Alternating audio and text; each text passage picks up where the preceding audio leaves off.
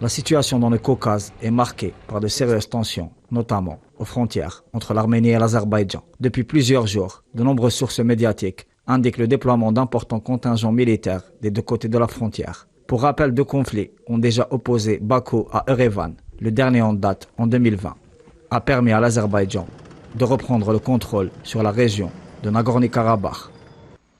Depuis lors, le cessez-le-feu est assuré par la présence de troupes russes de maintien de la paix.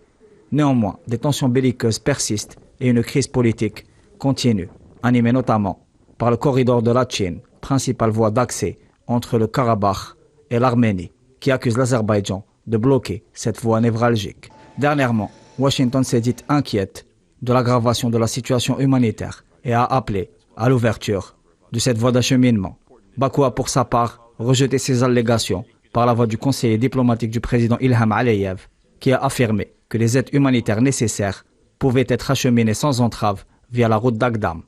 Pour rappel, plusieurs pourparlers sous médiation européenne et américaine ont eu lieu entre les deux parties, sans toutefois parvenir à un accord définitif permettant une solution diplomatique.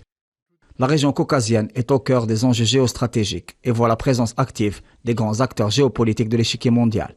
Le porte-parole du ministère iranien des Affaires étrangères a exprimé que Téhéran était préoccupé par la situation et œuvrait à faire baisser les tensions. La région azerbaïdjanaise du Nakhitchevan est en frontalière, localisée aux confins entre l'Iran, l'Arménie et la Turquie. Pour sa part, la Turquie, alliée de Bakou, a mis en garde contre toute implication dans un éventuel épisode belliqueux.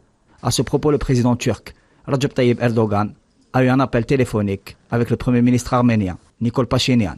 Les deux dirigeants ont examiné les relations entre les deux pays ainsi que la situation régionale. Enfin, l'Arménie, alliée traditionnelle de la Russie, paraît opérer une bascule stratégique.